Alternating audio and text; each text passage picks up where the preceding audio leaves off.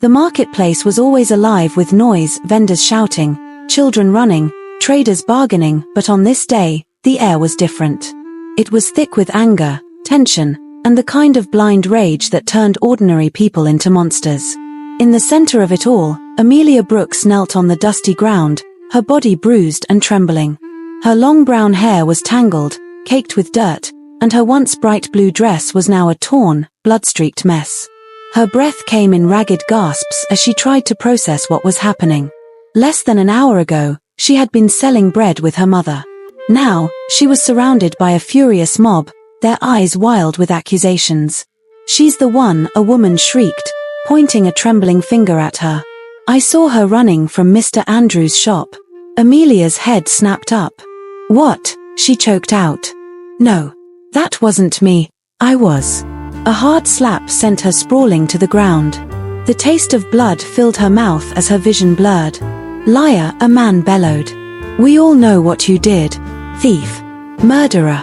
"I didn't kill anyone," Amelia cried, her voice desperate, cracking under the weight of fear. "Please. You have the wrong person." But the mob didn't care. They weren't looking for the truth. They were looking for someone to blame. It had all begun earlier that morning. Amelia had woken up at dawn, as she always did, to help her mother, Martha Brooks, at their small roadside stall. Business had been slow, and money was tight, but they managed. At 23, Amelia had dreams bigger than the dusty streets of Millbrook. She wanted to be a teacher.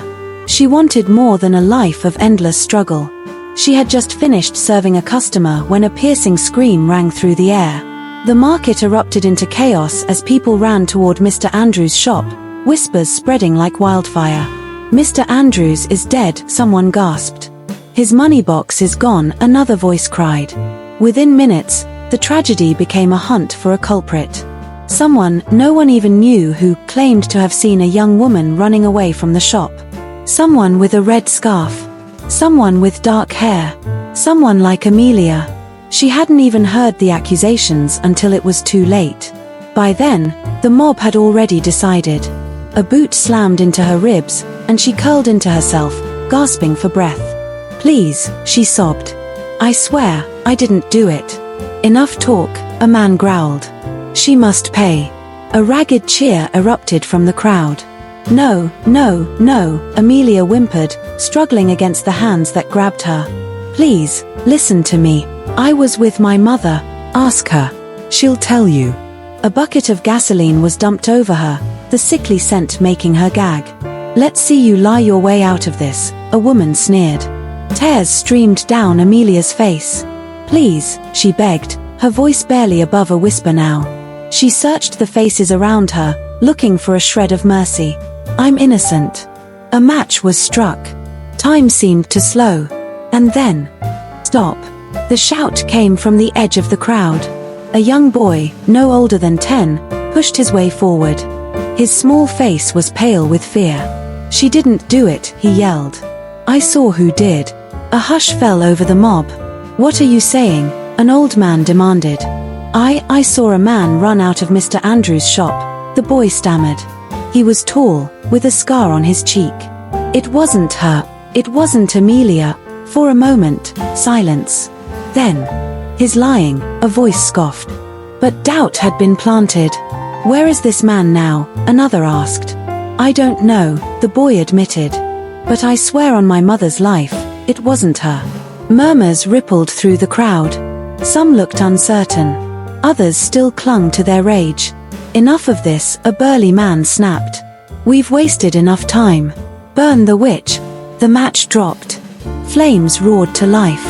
Amelia's scream tore through the air as fire wrapped around her legs, eating at her dress, her skin.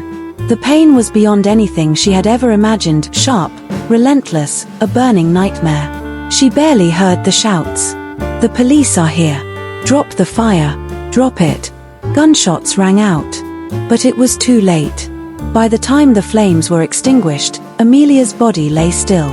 Her face, once filled with dreams, was frozen in agony.